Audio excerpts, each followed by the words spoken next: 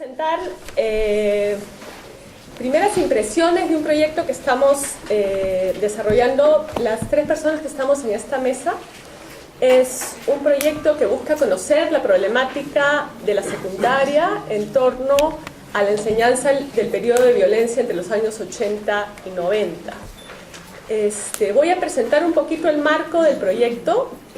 Estamos haciendo estudios de caso en 4 instituciones educativas secundarias, 2 en Lima y 2 en Ayacucho. Y en ese contexto estamos recogiendo información tanto de estudiantes como de profesores. El trabajo con estudiantes se ha realizado sobre la base de talleres participativos, donde buscamos intercambiar información con ellos a través de una serie de temas. Eso lo va a presentar en mayor profundidad Ponciano. El trabajo con maestros quiso también elaborarse desde este formato de talleres, donde podríamos discutir y hacer un trabajo reflexivo, colectivo con los maestros. Esto no fue posible por una serie de cuestiones coyunturales en un lado y otras también propias de la propia escuela y la secundaria y la labor de los maestros, que muchos de ellos tienen doble turno, y no era tan fácil poder tener un tiempo de 2-3 horas extras al horario escolar con los maestros. Y obviamente la huelga magisterial que hemos tenido en los últimos meses también dificultó mucho este trabajo. Además de algunas resistencias también de maestros a participar, ¿no? Entonces finalmente optamos por las entrevistas individuales, que han sido en realidad una muy buena forma también de trabajar con los maestros, quizás de una manera más íntima, donde hemos podido recoger una información muy rica. Y como les digo, son todavía impresiones. Yo vengo de Ayacucho, he llegado el viernes. Ha sido un trabajo en campo muy intenso, doloroso también, y algunas de los que vengo a comentaros acá, esto ya muy preliminar, muy emotivo, sobre la base de lo que hemos estado escuchando el equipo en estas entrevistas con los maestros. Hemos entrevistado en total un total de 40 maestros, 10 por cada institución educativa seleccionada, y hemos recogido información en 3 grandes temas, digamos. Recogiendo sus memorias, sus recuerdos sobre el periodo, recogiendo también los retos, las tensiones y las propuestas que los maestros y las maestras tienen para tratar el tema en el aula, y hemos indagado sobre algunas nociones de ciudadanía y democracia en el magisterio.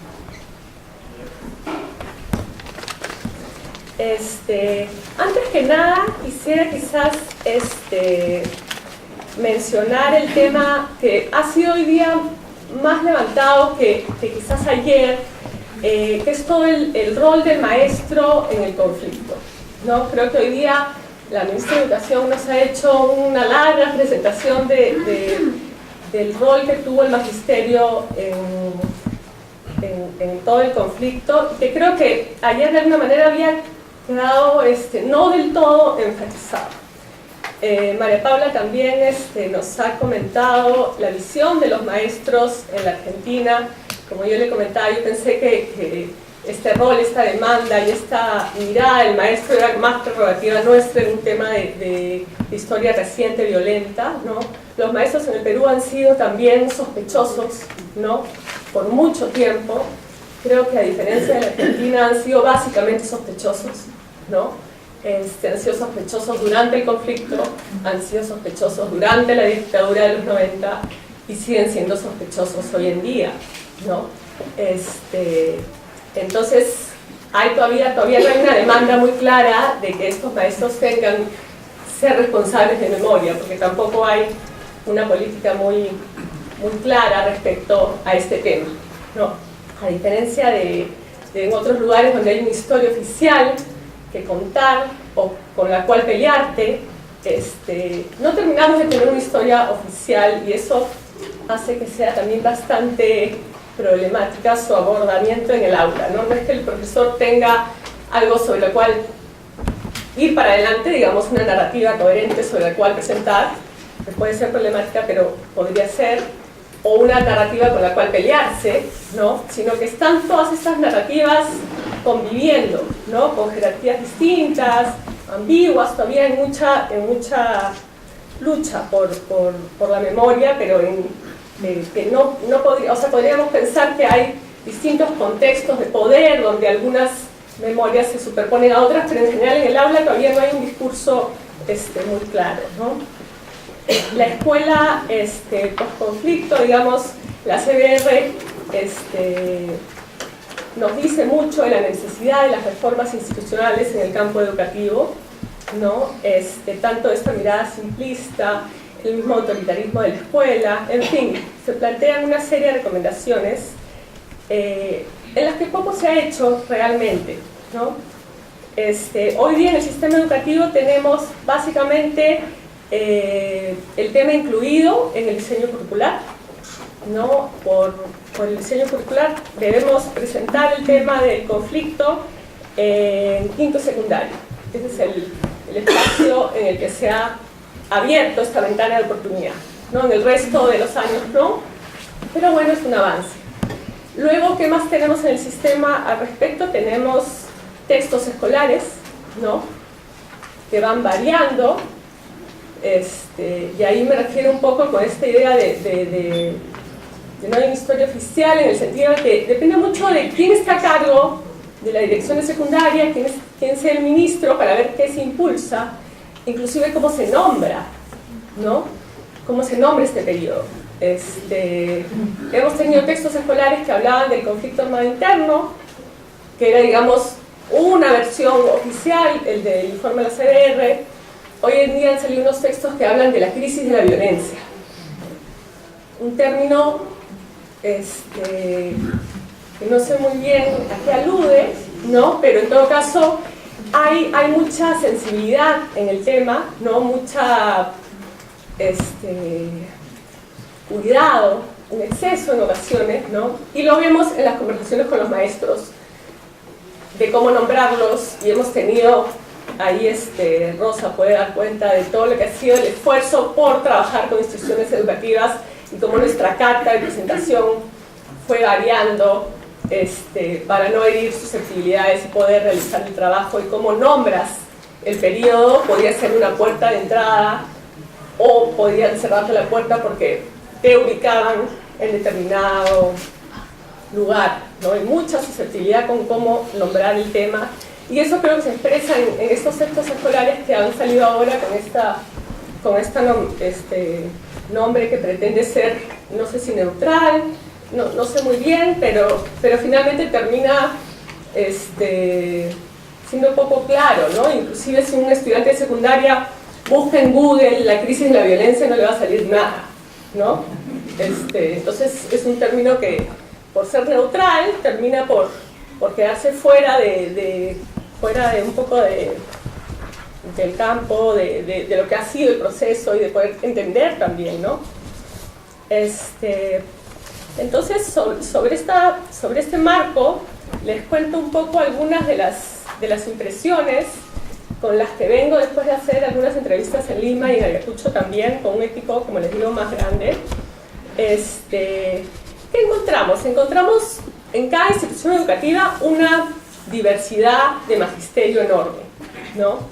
Yo quizás hubiera pensado encontrar que en Huamanga el magisterio sería de un tipo, o en Vilcashuamán, que es donde estamos trabajando también, sería de otro tipo, en una gran unidad escolar de Lima Metropolitana de tal tipo, en un colegio de San Juan de Lurigancho de tal tipo. Pues encontramos que en cada institución educativa hay de todo, de todas las facciones, gente pro sendero, gente no pro sendero, gente apolítica, etcétera, ¿no? Hay una diversidad, y lo que encontramos es un clima institucional muy difícil, ¿no? También es verdad que nosotros hemos ido después de la huelga del magisterio, y eso tiene al magisterio dividido entre los que sumaron a la huelga, los que no se sumaron a la huelga, etcétera, ¿no? Pero que da cuenta también de esta diversidad, y hace que en el tema del conflicto armado interno también tengan distintas miradas, y hace que sea muy difícil. No, yo con ese profesor no coordino porque él tiene sus ideas, ¿no? Entonces, el tema de la enseñanza se vuelve una actividad más individual, ¿no? Y hay, como les digo, mucha conflictividad que se siente en un clima institucional bastante difícil entre los maestros, ¿no? Para la condición de trabajo docente.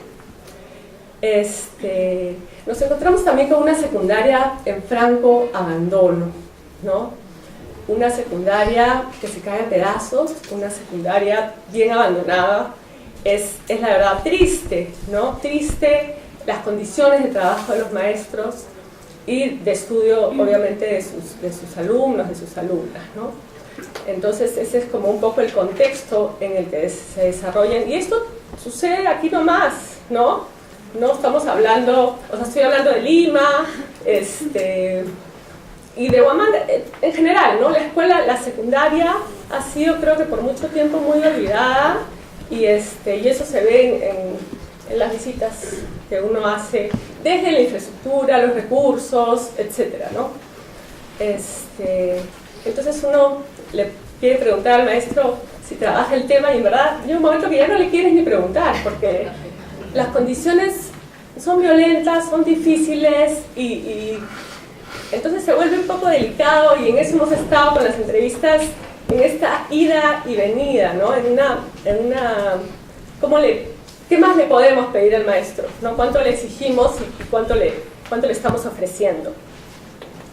Luego, en relación propiamente del tema, ¿no? Los maestros muestran esta diversidad, ¿no? Mucho temor, desconfianza, hablar del tema.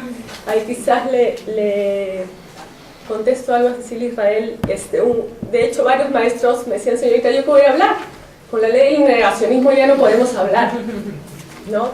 Entonces, bueno, después había que conversarlos un poquito más y entender, discutir esta ley del negacionismo. Pero entonces hay una serie de discursos distintos, ¿no? Por un lado tienes la ley del negacionismo, por el otro lado te presentan el texto escolar con la crisis de la violencia, por el otro lado el diseño curricular te dice que tienes que enseñarlo, ¿no? Otra vez este maestro entre todas estas situaciones. Luego, hay poca claridad si se debe tratar o no. Muchos maestros de Huamanga, de Ayacucho, nos han dicho no está en el diseño curricular. Nosotros solo podemos dictar lo que está en el diseño curricular y eso no está. No, profesor, sí, parece que está. No está. Bueno, hay otros maestros que sí toman iniciativa. Maestros de informática que están haciendo un proyecto de PowerPoint con sus alumnos y les ponen ese tema para desarrollar, ¿no? Entonces hay una diversidad de manifestaciones, pero muy individuales. No hemos encontrado institucionalmente una apuesta por trabajar el tema y por supuesto que los maestros también con mucho cuidado, ¿no? De que los padres no vayan a reclamar, de que los chicos, ¿no? Este maestro de informática nos contaba cómo también los chicos se pusieron a llorar a la mitad de la clase sobre este tema. Es un tema sensible, los maestros también, los que se animan a desarrollarlo, se encuentran con un montón de retos que, como decía María Paula, a los que no están preparados, ¿no? Para contener una situación de pena, de desborde, ¿no? Y en general, hay como dos grandes polos, ¿no? Los maestros que quieren recordar para que no se repita, ¿no? Y los maestros que no quieren recordar, que te dicen acá ya pasó, eso fue hace años, acá ya no pasa nada, y no remueva las heridas, ya no queremos hablar, pero esos son los maestros que en todo su cuerpo, digamos, tuvimos esa sensación, una mirada de un dolor, de una profunda pena, ¿no? Que están negando de cierta forma, no quieren hablar y es válido también y comprensible, ¿no? Pero entonces están estos dos grandes polos, los que quieren pasar la página, ¿no? Como nos decía un maestro, queremos pasar la página, lo cual implica además liberarse de ese estigma, ¿no? Sobre todo en Ayacucho, de ser ayacuchano y de ser senderista, ¿no? Señorita, ¿por qué me pregunta eso, no? Ya, pasemos la página, ¿no? La gran mayoría de maestros menciona que como causa de la violencia política, la desigualdad y la discriminación, a lo que acto seguido viene desigualdad y discriminación, señorita, que seguimos viviendo, ¿no? Entonces, el temor de que vuelva, ¿no? El temor para muchos de que esto vuelva, en el caso de Vilcashuamán es aún más intenso, en el sentido que sienten que hay algunos de los senderistas que están en el BRAE con el narcotráfico son de la zona y que pueden volver a esa sensación inmediata de que en cualquier momento pueden volver, una situación de inseguridad muy grande, una sensación y una relación con el Estado muy de abandono, ¿no? Nada se ha hecho para reparar. Y algo que ha sido muy intenso, particularmente en Ayacucho, pero no solamente, porque finalmente en Lima encontramos a maestros de Huancavelica, de Ayacucho, de Apurímac, que también han vivido situaciones directas como víctimas, pero sí vemos muchas secuelas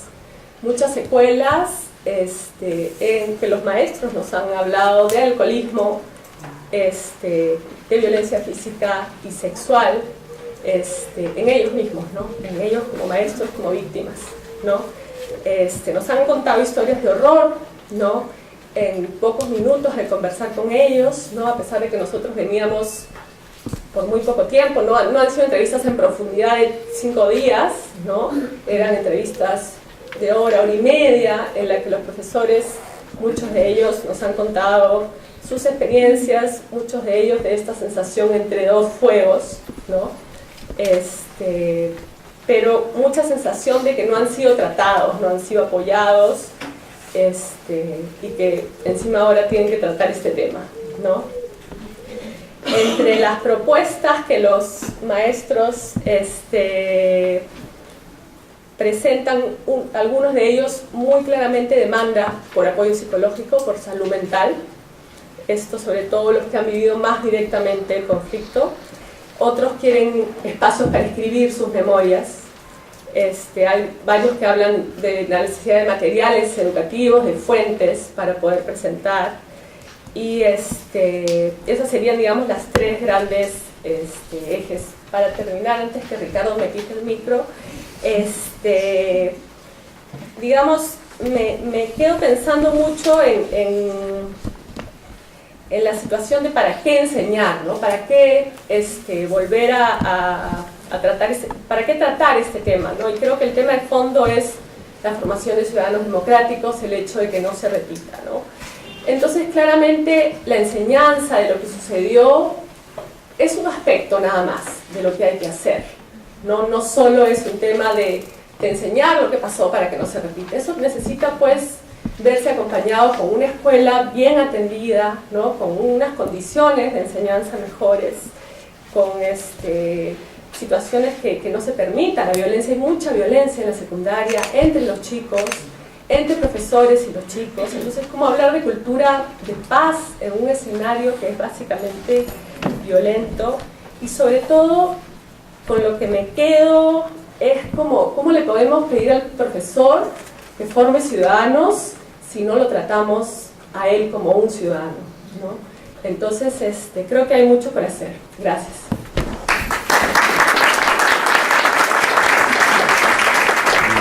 Bueno, como dijo Francesca, esta es lo que voy a presentar son, pues, impresiones, constataciones muy iniciales de una investigación en marcha, ¿no?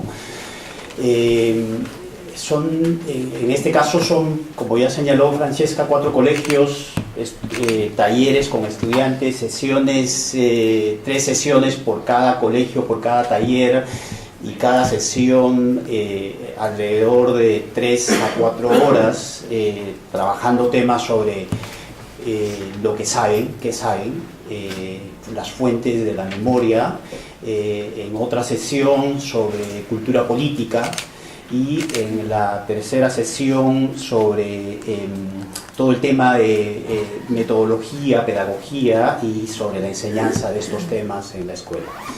Y a la vez entrevistas que profundicen, problematicen lo que se discute tanto en los talleres como entrevistas a estudiantes que no forman parte de estos talleres. Cada taller son con 10 estudiantes, 5 chicas, 5 chicos del quinto de secundaria. Entonces un poco rápido sobre la metodología. Quiero organizar, es un intento muy inicial de organizar lo que viene saliendo en como dos grandes ejes analíticos, y cada eje va a articular todo un conjunto de ideas que espero pueda ser relativamente claro. El primer eje es sobre memoria e historia, y el segundo sobre política y Estado. Entonces esos son los dos ejes como organizo estas ideas, estas impresiones iniciales. Ya se ha dicho la importancia de pensar el tema y pensar la escuela como un lugar de conflicto acerca de acerca del tipo de conocimiento que ofrece, que se imparte, pero también acerca del conocimiento, de qué tipo de conocimiento se enseña o se debe enseñar, acerca de quiénes son esos conocimientos, acerca de quién tiene el derecho de decidir qué debe ser enseñado y cómo debe ser evaluado y enseñar y aprendido. Carretero habla de esta idea, de estas visiones dispersas, y señalo, y comienzo con esto porque hay una currícula, los textos escolares ofrecen sobre 3 paginitas, por supuesto, sobre el tema, pero está ahí. O sea, está en la currícula el tema del conflicto armado. Sin embargo, lo que uno constata es esta disparidad de casos. Hay colegios en el que sí se aborda, pero a veces no necesariamente se aborda en el curso de historia. Generalmente lo tratan en el curso de cívica. En lugares como Vilcashuamán, el tema no es abordado desde la historia. Entonces hay una disparidad, depende mucho del profesor. Es impresionante cómo el abordar con la seriedad y la creatividad sobre el tema puede tener un cambio y un impacto tan importante en los estudiantes. En un caso, en San Juan de Lurigancho, el que un profesor haya asumido con la seriedad y la responsabilidad y la creatividad el curso y el abordamiento del tema, se puede ver de manera significativa y de manera sorprendente cómo los estudiantes han trabajado el tema con un nivel de creatividad tan profunda. Entonces hay esa disparidad, no es, si uno quisiera generalizar, el tema es irrelevante en general, pero todo depende de quién es el profesor y cómo el profesor aborda el tema en la escuela. Sin embargo, el hecho de que no haya una constatación de que el tema esté inscrito y trabajado no implica que el tema no esté presente. Casi todos los estudiantes saben por la familia. La fuente más importante por donde circula la información del conflicto armado es la familia. Sí, es una constatación mayoritaria, casi todos. Y lo interesante no es tanto el lugar. O sea, uno pensaría que el tema está mucho más presente en Vilcashuamán, en tanto Vilcashuamán fue el epicentro del conflicto armado. Depende mucho de la experiencia de la familia. ¿Sí? Muchas familias en los dos colegios en Lima, dos hijos de padres de Ayacucho. La intensidad de la experiencia transmitida es similar a cómo se transmite en Vilcasomán, en Lima. Entonces, el vínculo, la conexión tiene que ver la experiencia directa. La proximidad con la violencia se vive de manera distinta y se transmite de manera distinta también según esa experiencia. Lo interesante es que no hay un deber de memoria, es decir, los padres no le enseñan no les cuentan lo que vivieron, no porque haya un deber de memoria. El tema sale muy espontáneamente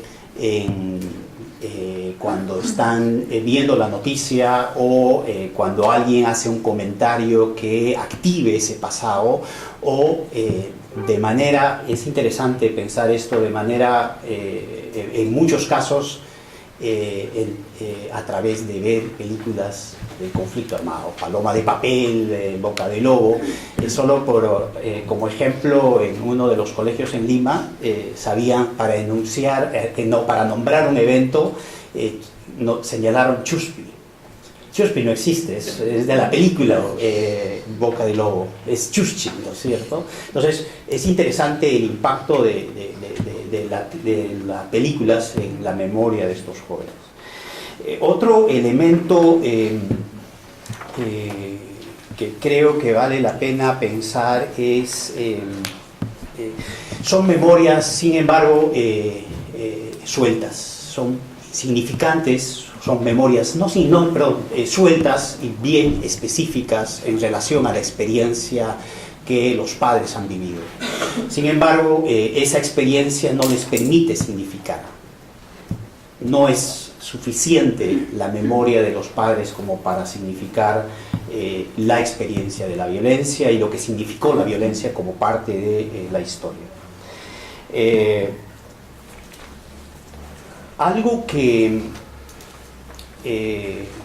vale la pena señalar es la curiosidad que despierta el desarrollar estos talleres. En Vilcasomán, una de las chicas terminaba la primera sesión, fue a casa y comenzó a interrogar, a preguntar a sus padres todo lo que no le habían contado, ¿no es cierto? Entonces activa mucho el interés y la preocupación, o el interés por conocer con mayor detalle el tema del conflicto armado. Hay algo que como parte de esta primera, estas ideas en este primer eje, es la gramática de la violencia. La categoría hegemónica con cual se nombra es terrorismo.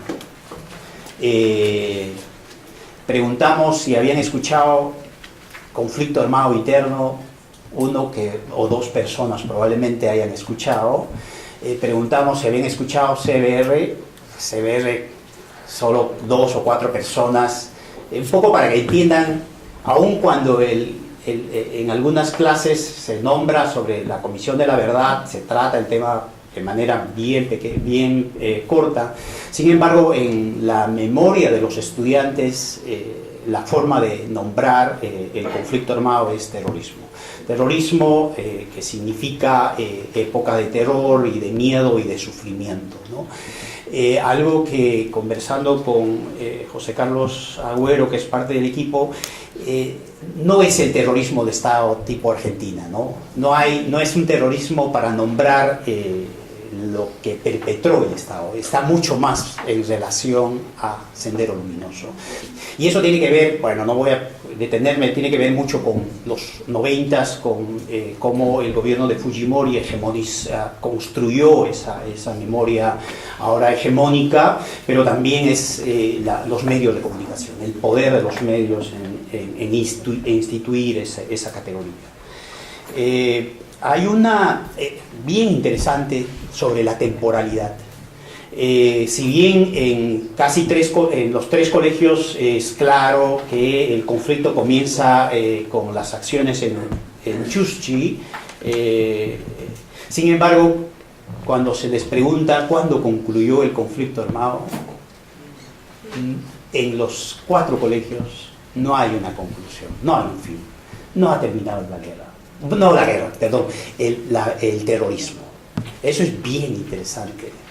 ¿Qué significa? Bueno, o sea, habría que seguir discutiendo, habría que seguir elaborando, pero en todo caso, mientras que para la construcción nuestra, la violencia tiene un inicio y un fin, en la mirada de estos jóvenes, el terrorismo no ha terminado.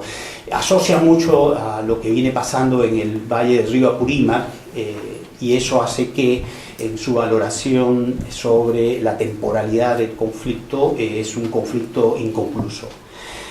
Hay algo bien interesante en el caso, voy a correr un poco, iba a poner un ejemplo que no queda mucho. ¿Qué implica? Quiero reflexionar un poco sobre el pensar esta necesidad de historia.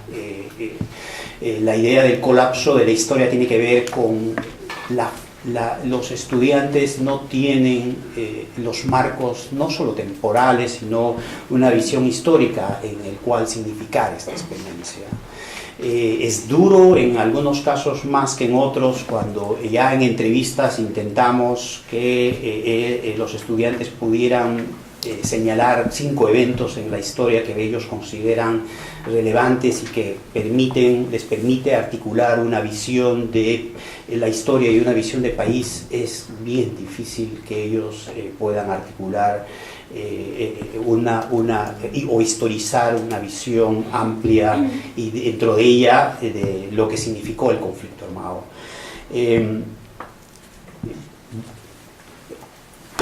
Eso tiene que ver con algo que señaló Francesca.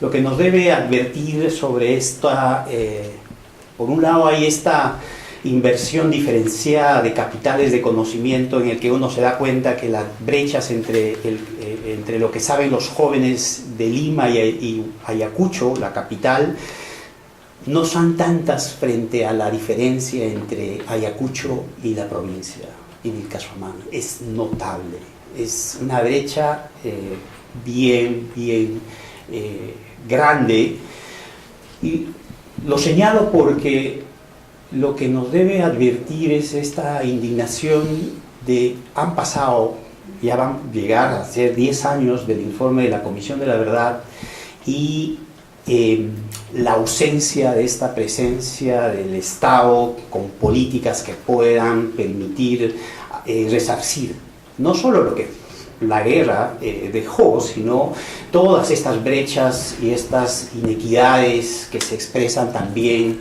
en el conocimiento y en la educación. Digo esto por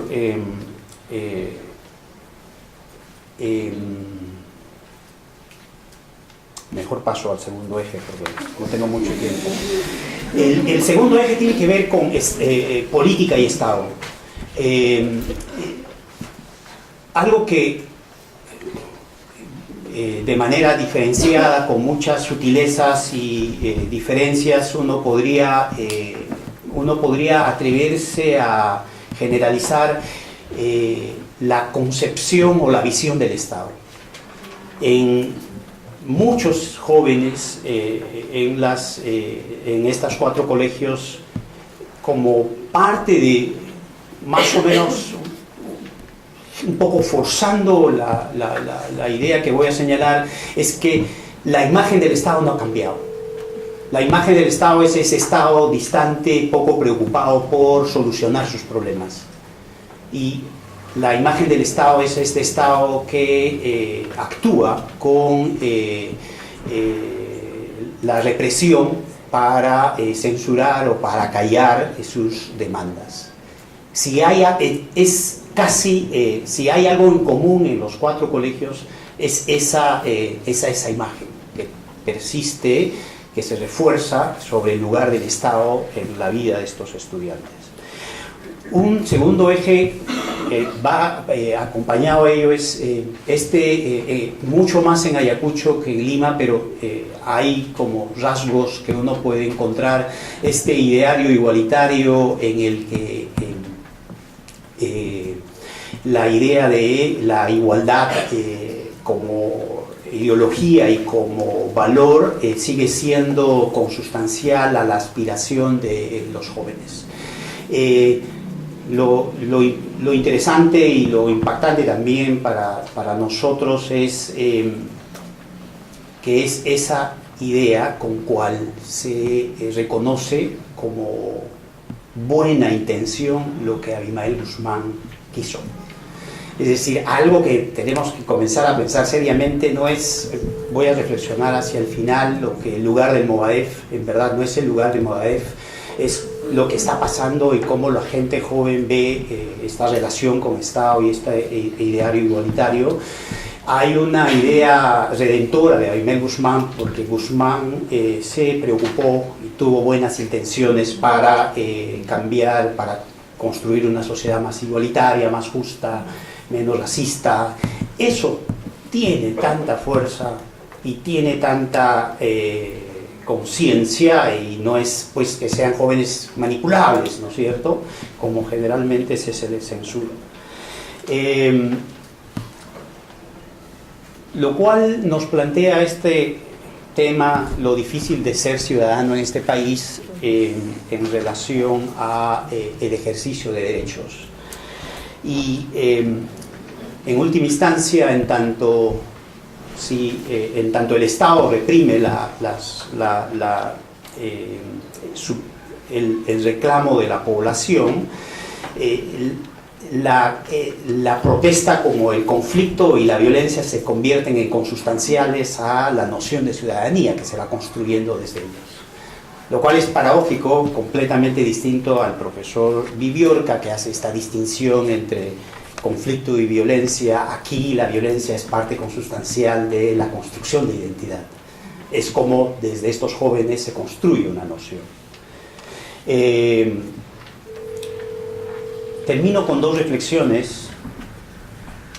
Una es, ahora que Movadef está en los medios y que se plantea una batalla política desde los distintos frentes políticos, que me parece importante, sin embargo, ese no es el gran problema. El gran problema es el Estado. Y es cómo la gente joven ve el Estado. El Estado no ha cambiado y no le pueden pedir a la gente que cambie su visión. Y la forma como se ejerce la ciudadanía desde estos jóvenes y desde las regiones como Ayacucho tiene que ver mucho con el gran desafío que implica el pensar estos grandes retos en términos de la relación Estado-sociedad y lo que significa el ejercicio de ciudadanía.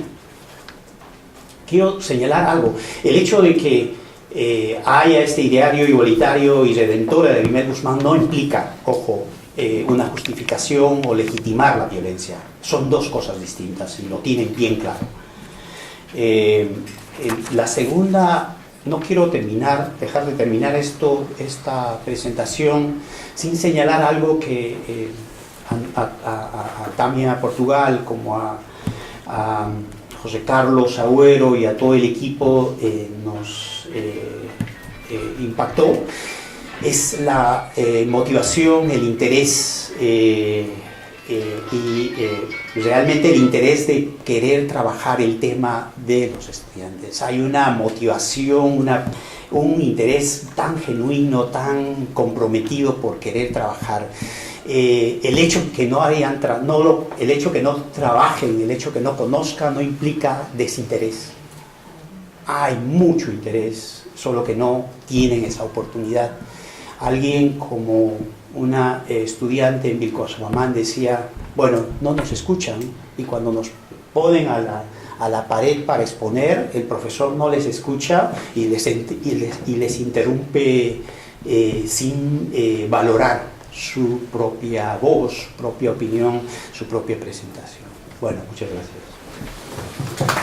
Gracias, Cristiano. Tengo ahora la difícil tarea de aterrizar en estos dos contextos que han descrito, tratar de pensar cómo trabajar, muy grande,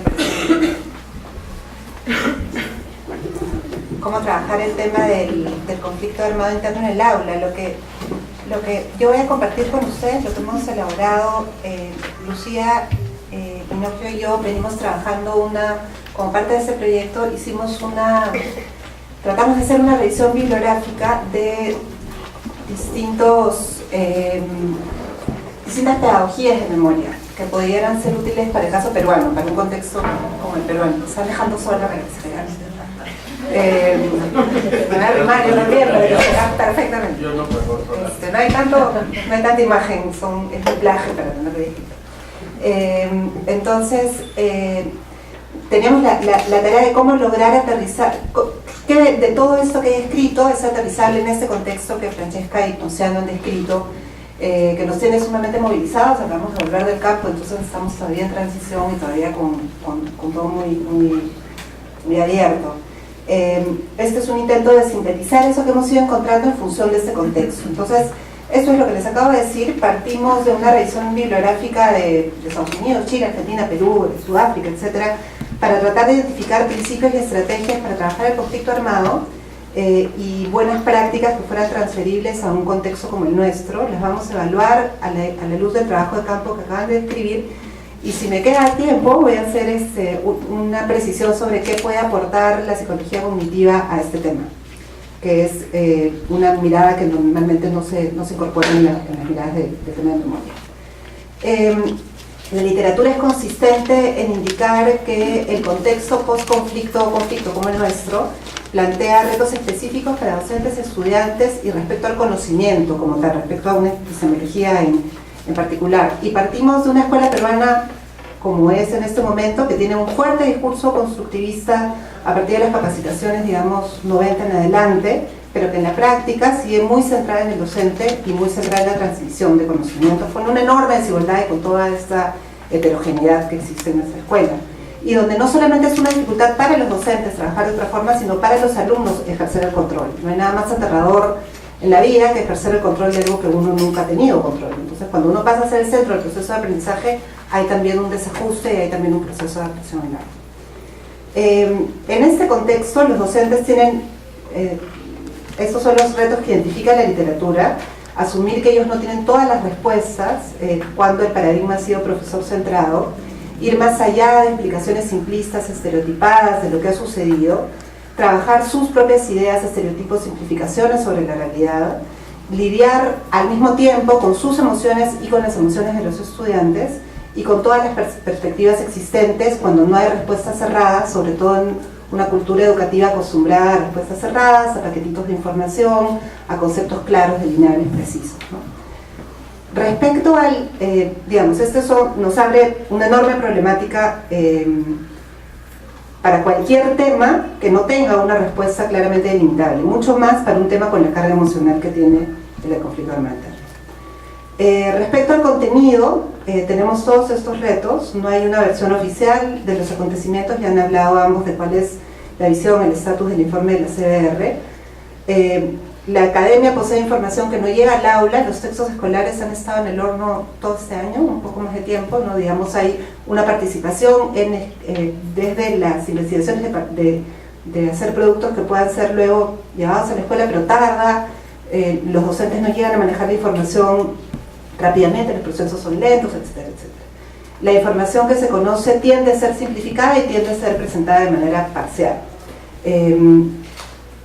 Todo este contexto respecto al contenido tiene la enorme potencialidad o ventaja que al no haber una respuesta cerrada tendría que potenciar procesos que descentren el proceso de aprendizaje del docente. Es decir, en tanto el docente no tiene todas las respuestas, el paradigma de transmisión de conocimiento hacia agua no funciona.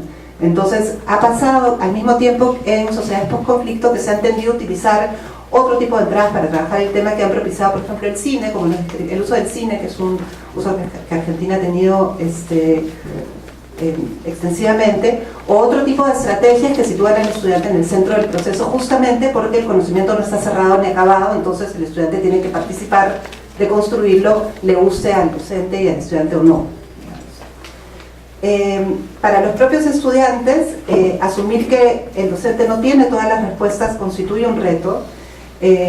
Volverse activos, generar sus propias explicaciones e interpretaciones, lidiar con sus propios sentimientos y memorias sobre lo que ha sucedido, y en el caso de estudiantes que no están cerca de los hechos, construir memorias sobre un hecho que resulta no tan reciente. Acá no podemos generalizar porque hay distancias generacionales mayores, menores, distancias al conflicto mayores o menores, etc. Ahora, esos son los retos que la literatura establece, y tenemos retos adicionales a partir de lo que hemos ido averiguando hasta el momento. Hay una pregunta previa que se hace poco en la literatura, que es si hay que trabajarlo o no hay que trabajarlo, y que es una pregunta que al trabajar con docentes aparece de manera sistemática. Los docentes, como ha dicho Franchi, están entre los que quieren olvidar y pasar la página y con todo el legítimo derecho a pedirlo, y los que quieren recordar activamente. No hay, como dijo Franchi, claridad y consenso sobre si se tiene que tocar el tema, si deben tocarlo, si pueden tocarlo, si es un mandato, si no es un mandato, dónde situarse respecto a eso. No hay claridad sobre cómo hacerlo, hay estrategias individuales brillantes, espectaculares, pero individuales. No saben, por ejemplo, si deben compartir sus memorias o no, si es parte de lo que deberían hacer o no, si se debe seguir buscando ser objetivo o no. Ya hay apuestas conscientes, claras por olvidar, y otras por recordar activamente, ¿no? Ya hay un temor claro que vuelva, o a que no se ha ido, o a que sigue presente. La amenaza está permanentemente ahí, ¿no? Hay un problema previo que vamos a darle el nombre que tiene. El tema es, hay un problema grave de salud mental en los docentes. Hay una serie de heridas que no han sido reparadas en forma alguna. Nos impresionó mucho, nos impresionaron ambas cosas en el campo con docentes. Nos impresionó el explícito pedido de no tocar el tema, y nos impresionó también la enorme facilidad con que entraban a tocar el tema a personas que no habían visto nunca en su vida y que se iban a ir 2 horas después de su vida. Entonces, en ambos extremos hay una enorme necesidad de hablar, que apenas se toca, habla y se desborda sin parar, o un enorme pedido de por favor, no me toques el tema, ¿no? Hay signos, secuelas visibles y interesantemente, claramente identificadas por ellos. Hay que ser muy consciente de los propios procesos para poder identificar con esa claridad estas secuelas. De acuerdo a lo que ellos dicen: alcoholismo, violencia física y sexual, falta de seguridad, temor, paranoia, signos de trauma, etc. Y hay una necesidad de estrategias diferenciadas para digamos, poder, queríamos explicitar que resulta sintiéndose bastante absurdo pensar en qué hacer en el aula en concreto si esta necesidad previa, tan básica y tan fundamental, no ha sido atendida en forma alguna, ¿no? Y esto es algo que debería hacerse 37 pasos antes de pensar en un trabajo en el aula, o en un material educativo, o en lo que fuera, ¿no? Este es el insumo básico para poder transformar cualquier proceso, ¿no? Hace falta estrategias diferenciadas, urgentes, para, digamos, todo el espectro de docentes, y psicólogos capaces de dialogar interculturalmente, lo cual tampoco es digamos, nuestro fuerte necesariamente. Eso lo veo como psicóloga. Hay además una secundaria que, como decía Ponciano, se ve, es vista por los alumnos distante, estudiantes que critican prácticas que no han cambiado mayormente, docentes que no preparan clases, que enseñan o no enseñan y bajan puntos si el estudiante se mueve al no recibir ningún contenido, abuso de exposiciones, sensación de no ser escuchados, de ser interrumpidos en cualquier momento, evaluación arbitraria, docentes que hacen que los estudiantes evalúen a sus compañeros exponiendo sin ningún criterio, sin ninguna lógica, etc. Eso genera a su vez poca confianza en dar la propia opinión, poca valoración por la propia opinión.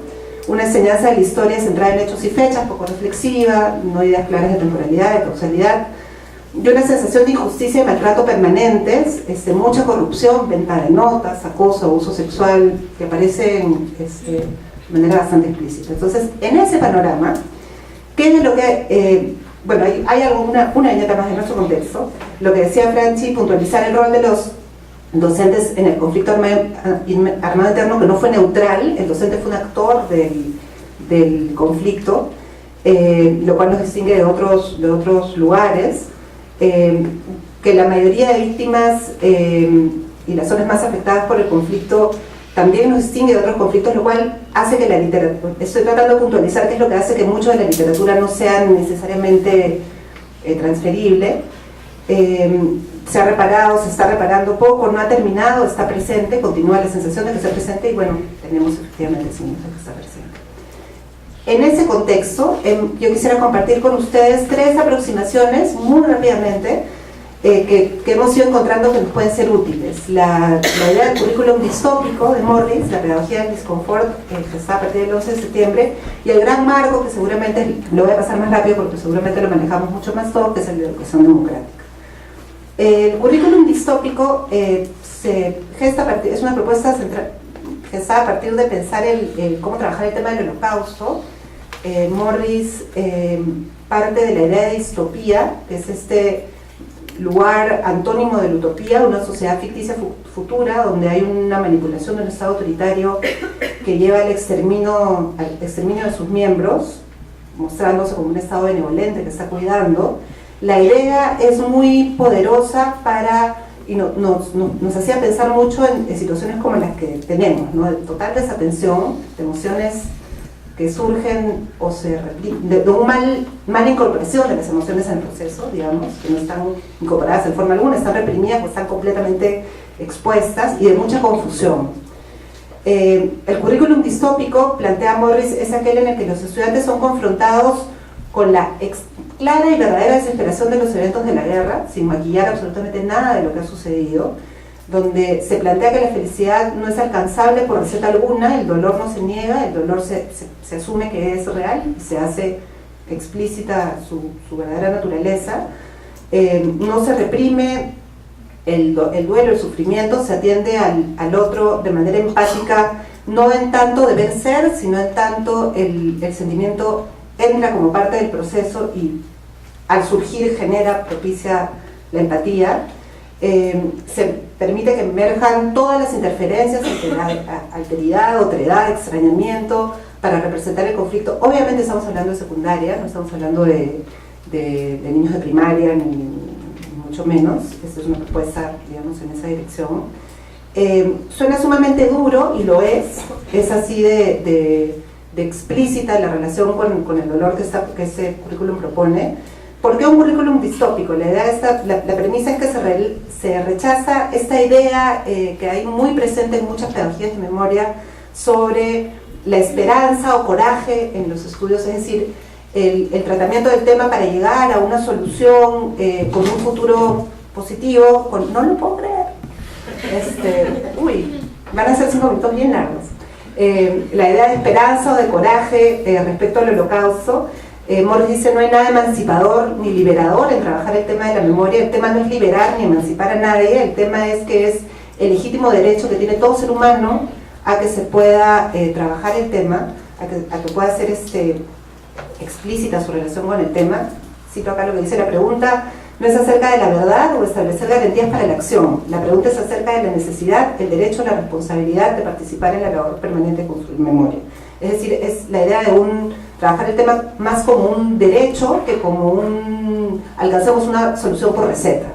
La otra pedagogía que quería compartir con ustedes y que voy a hacer muy rápidamente es la pedagogía del disconfort. Esto parte de una reflexión de esta enorme cantidad de propuestas que surgió luego el 11 de septiembre muy vinculadas a Trabajemos el Patriotismo. Esta es una propuesta alterna a esa corriente, donde la idea es crear espacios que problematicen a nivel epistemológico y emocional respecto a la memoria y la historia. El nombre sintetiza un poco la idea: saquémonos de donde estamos, de nuestra zona de confort, y hagamos explícitas todas nuestras contradicciones, sensaciones, cuestionamientos respecto al tema. Y esto se aplica tanto para estudiantes como para profesores. Salgamos de esta zona de comodidad y hagamos explícito todo lo que sentimos y pensamos al respecto. Esto recoge de Freire y de Giraud, y les puedo contar más en la pausa quien quiera. Y la educación democrática, en la que no me voy a detener, donde la idea, el punto de partida es construir escuelas este es, digamos, lo que se desprende directamente del informe de la CBR, el trabajo respecto a generar la escuela como un espacio más democratizador, que si atendemos a lo dicho al inicio, pues estamos a 4 millones luz de alcanzar algo semejante. la propuesta de educación democrática sostiene que la democracia es un trabajo en construcción permanente, donde las relaciones son esencialmente democráticas, el currículum se negocia, ambos participan de la elaboración del contenido, de la mirada del contenido, del sistema de evaluación, etcétera, etcétera. Y no quiero dejar de tocar una discusión previa a este tema, que es el tema de memoria e historia. Hemos estado discutiendo en estos 2 días respecto a estos dos constructos. Lorenz y Carretero analizan un poquito cómo así llegan a confundirse en la literatura. Inicialmente había una clara separación entre ambos términos, pero con la incorporación de una perspectiva más subjetiva en el tratamiento de la historia empiezan a igualarse.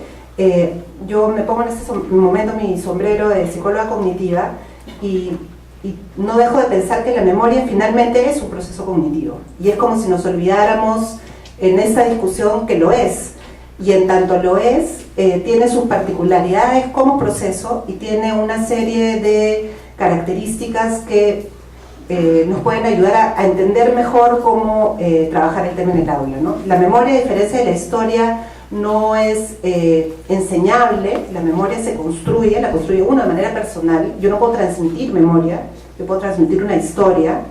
Se construye además de manera, a partir de inputs, digamos, del entorno, pero de manera completamente individual. Y la discusión de la memoria, a diferencia de la discusión de la historia, pone al estudiante en el centro del proceso, porque nos obliga a ver cómo es que él o ella aprende y no cómo transmito la información. Entonces, en ese sentido es que yo quisiera discutir algunos aportes de esta perspectiva, haciendo el ejercicio de pensar en la memoria como un proceso cognitivo muy rápidamente en el minuto y medio que me queda. Que es gratis, ya es real. Entonces, bueno, nada más de manera muy gruesa les quiero compartir que la memoria no se ve más desde la psicología cognitiva como un almacén donde se guardan informaciones, se ve de manera eminentemente constructiva. Aprender a hacer memoria es construir conocimiento, entonces la memoria es un esfuerzo por construir, no es un lugar de almacenamiento. Eso significa que al ser la memoria constructiva o eminentemente reconstructiva, nadie va a codificar nada respecto a lo que sucedió, ni nadie va a recuperar nada respecto a cómo fueron las cosas. Esta es una ilusión con la que trabajamos en el aula. La codificación y recuperación de cualquier memoria, más aún de algo con una carga emocional tan fuerte, es única y personal. Y la única manera de ayudar a trabajarla es a partir de elaborar permanentemente significados en torno a los temas. Solamente almaceno y recupero información que tiene un significado personal e importante para mí, si no, no hay almacenamiento alguno. En ese sentido, un tema fundamental a trabajar en el aula no es tanto lo que pasó, sino cuál es toda la serie de significados asociados a aquello que pasó, o aquello que construyo que pasó. Desde este paradigma de memoria, el contexto es todo, tanto el contexto físico como el contexto emocional. Yo almaceno la información en un ambiente físico y con un clima determinado. Esto se ha probado de todas las maneras, y yo he aprendido con estrés, recuerdo mejor con estrés, etcétera, etcétera. Y en ese sentido las emociones, y por eso nos gustaba tanto la aproximación de aproximaciones como la de Morris y la de pedagogía de Foucault, no es que las emociones sean un recurso, no es que las emociones sean algo que no puedo obviar del proceso, es que las emociones son parte fundamental del proceso de aprendizaje, y que si las pongo a un costado estoy impidiendo aprender, estoy bloqueando parte del proceso de aprender. Son parte central, facilitan el aprendizaje y lo inhiben en tanto se excluyen del proceso, más aún con un tema con una carga emocional tan fuerte, como el conflicto interno. Solo voy a decir de manera muy general que cuando hablamos de memoria sobre el conflicto armado interno, estamos hablando de memoria semántica, de una serie de hechos, de una serie de precisiones y conceptos, pero estamos hablando de una memoria biográfica de mi propia relación con los eventos. Y estamos pidiéndole al docente que desarrolle memoria semántica, pero que incorpore su memoria biográfica sobre el tema. En ese sentido, la idea de la neutralidad es una ilusión en torno al tema, o la idea de saquemos las emociones del docente es una fantasía que no sé si tenemos que seguir persiguiendo, que no sé si alguien quiere perseguir todavía, pero que es una fantasía, ¿no? El docente ha sido juez y parte, ha sido ciudadano de un país que ha pasado por una serie de derechos, y eso se aplica a cualquier evento de historia reciente. Y bueno, eso facilita además el aprender. Uno tiende a recordar mejor lo que tiene que ver con uno mismo, uno tiende a recordar mejor aquello que se guarda en relación a la propia historia. Lo último que quería decir, que es algo que he venido escuchando también en estos días, y que toca directamente una de las preocupaciones que vamos encontrando en este proyecto, es el tema de si hablar o no hablar sobre el conflicto armado interno, si escribir o no escribir, si tocarlo o no tocarlo. El hablar o el hacer o escribir o sacar de mi mente cualquier memoria es la única manera de conservarlo como memoria. Es decir, sin hablar, sin externalizar el pensamiento, no hay memoria, no hay recuerdo alguno posible. Lo que podemos hacer es que duela más o menos, lo que podemos hacer es generar mejores o peores condiciones para que eso suceda. Pero si queremos que haya memoria sobre un evento, pues tenemos que sacarlo de nuestra cabeza, fin de la frase, no hay más. La otra es guardarlo y sacarlo en otro momento. Pero si no lo sacamos de nuestra mente, se queda como nubes gaseosas que dan vueltas y que no permiten efectivamente una memoria sobre el evento. Entonces, creo que este tema del hablarlo o no hablarlo habría que replantearlo como el cómo hablarlo. ¿Qué espacio generamos para hablarlo? Más que el hablarlo o no. Como me he tirado todo el tiempo del mundo, les pido disculpas, pero no quería dejar de llegar a esta última viñeta. Ya. Bueno, gracias. La percepción de los minutos siempre es relativa. En el último minuto, que todos decimos en algún momento, en el último minuto que nos queda, que es un minuto, 4 minutos. Entonces ahora yo también voy a tener una percepción contraria y voy a pedir 3 preguntas para que sean muy breves. Ya va, yo la 1, 2 y 3. Bueno, yo quiero primero decir que como maestra, la investigación de ustedes, Francesca, Ponciano, Nani, me han emocionado, me alegra mucho que se esté investigando con tanta calidad, con tanta apertura, incluyendo las voces de docentes y también de los y las estudiantes. Creo que todos hubiéramos querido que nuestra ministra los escuchara.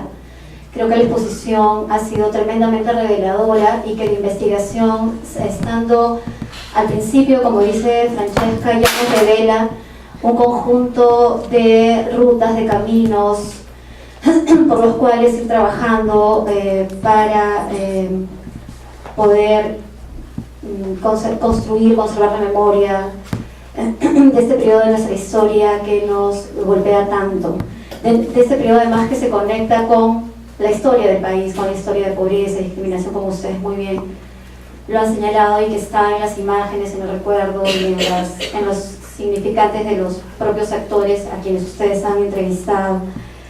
La ministra señalaba, me llamó mucho la atención una pregunta que ella hizo, ¿no? ¿Quiénes ganan adeptos para la democracia?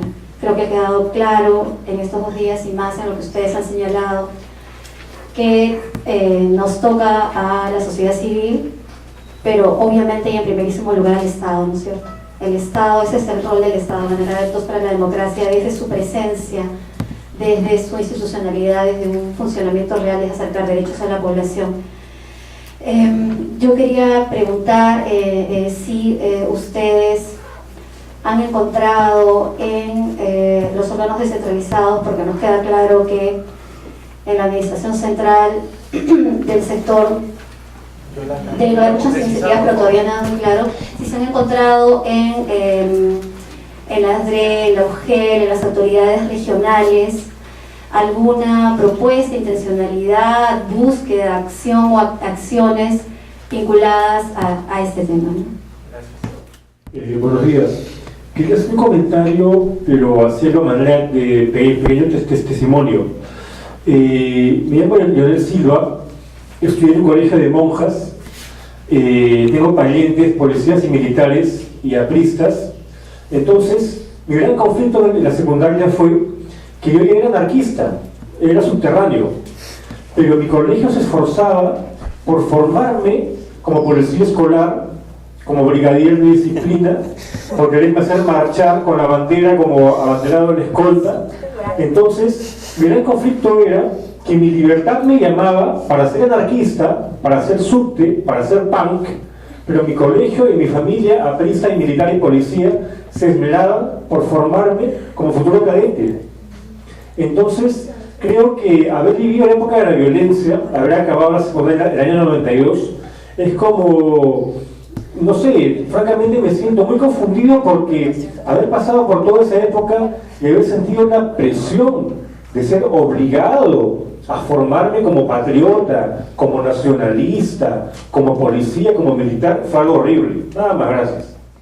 Bueno, mi preocupación va en que si esto lo conocen todos los docentes, porque yo he trabajado en monitora de capacitación en Arequipa, en Puno y Cusco, y he ido al aula, he visto cómo trabaja el docente y efectivamente lo que dicen es cierto. O sea, ¿qué es lo que hacen? Evaden, no lo tocan, prefieren no tocarlo. Por ejemplo, en Arequipa me sorprende que como no se ha formado una memoria familiar, porque fue la zona donde quizás está Bimael y no se llevó el conflicto en Arequipa, solamente en la parte de Cotahuasi, es que no hay esa memoria. Y entonces ahí es el desinterés por evadir, por no tocar el tema. Entonces vamos a la preocupación de llevar esto a otros entes.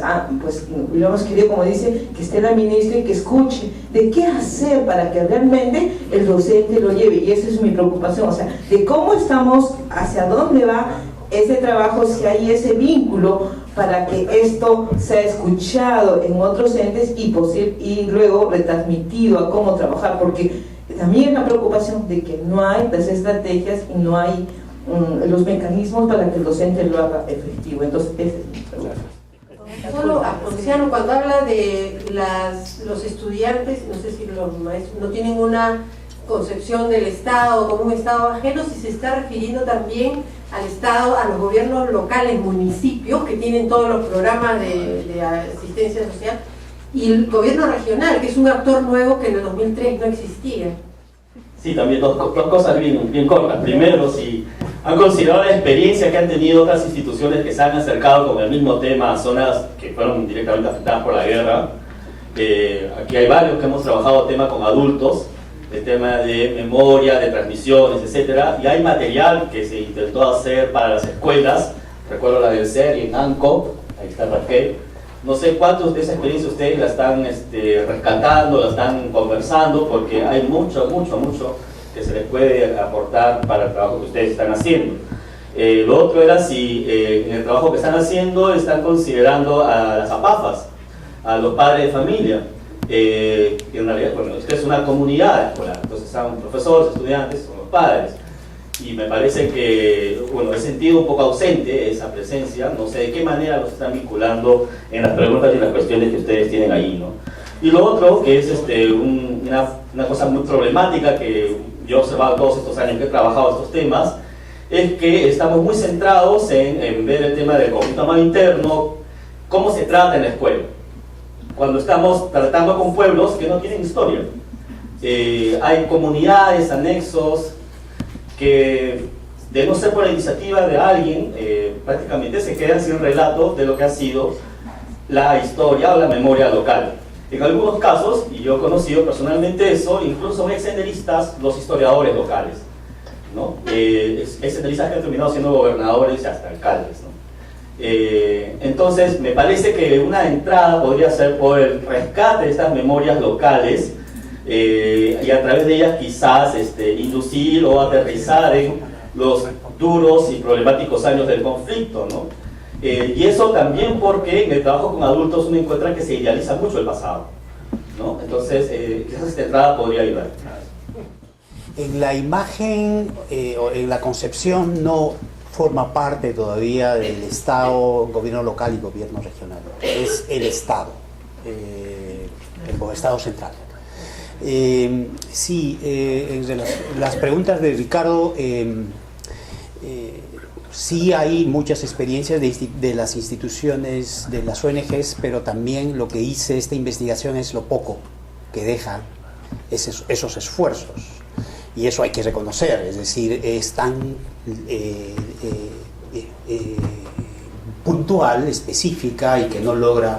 Y lo que hay que ver al trabajar tanto con estudiantes como estudiantes es, por un lado, lo que saben, los recursos y cuán pocos recursos tienen. Eso Francesca lo explicará, pero hay que comenzar a sincerar también los esfuerzos que han estado haciendo desde la sociedad civil, las ONGs que trabajan derechos humanos, y comenzar a poder entender que el tema no, al menos desde el aula, no, digamos, no se incorporan o no forman parte de este proceso de transmisión desde el aula. Yo lo pensaría más a ese nivel, es decir, no es tanto que no, por supuesto hay que trabajar mucho más a nivel de comunidad, pero esta es una investigación bien específica en el que hay que pensar qué es lo que saben, cómo se está trabajando en el aula el tema, ¿no? El tema de los órganos intermedios que preguntaba Yola, en Ayacucho hemos conversado con especialistas de la DRE y la UGEL. En Lima todavía no, es una tarea pendiente de la próxima semana. Algo que está muy activo en Ayacucho, por lo menos de las personas con las que conversamos, es la idea de incluirlo en el diseño curricular regional, el tema de la enseñanza de la historia y de este periodo en particular, ¿no? Pero eso es algo que se está consensuando, que se está discutiendo en varias provincias, y ahí creo que va a haber algunas luchas, batallas por ver qué se incorpora y no. Me parece que Huamanga es, bueno, lo que hemos conversado, un poco más reticente a tocar el tema, mientras, por lo menos en Vilcas, era muy claro que ellos querían ponerlo como un contenido propio de la región, ¿no? Sobre lo que comentaba Ricardo, en realidad en el recojo de la información propiamente dicho no hemos incorporado otras experiencias, pero sí las queremos incorporar, y todos los que nos puedan dar sería bienvenido para, sobre todo, la parte de propuestas, ¿no? Sí estamos recogiendo experiencias y de alguna manera este seminario ha tratado de incorporar las que hemos tenido conocimiento, ¿no? Sabemos que hay un montón más, así que si alguien sabe, por favor, nos pasan la voz. Sobre las zapafas, no sé si mencionaste algo, no hemos trabajado, ¿no?, con las zapafas. Y algo que mencionaba Ricardo respecto de la historia local, muchos maestros nos comentaban que antes los maestros escribían las historias locales, ¿no? Y tienes una práctica que se ha dejado, y que, bueno, ellos lo hablaban como propuesta para ver si de pronto se da incentivos.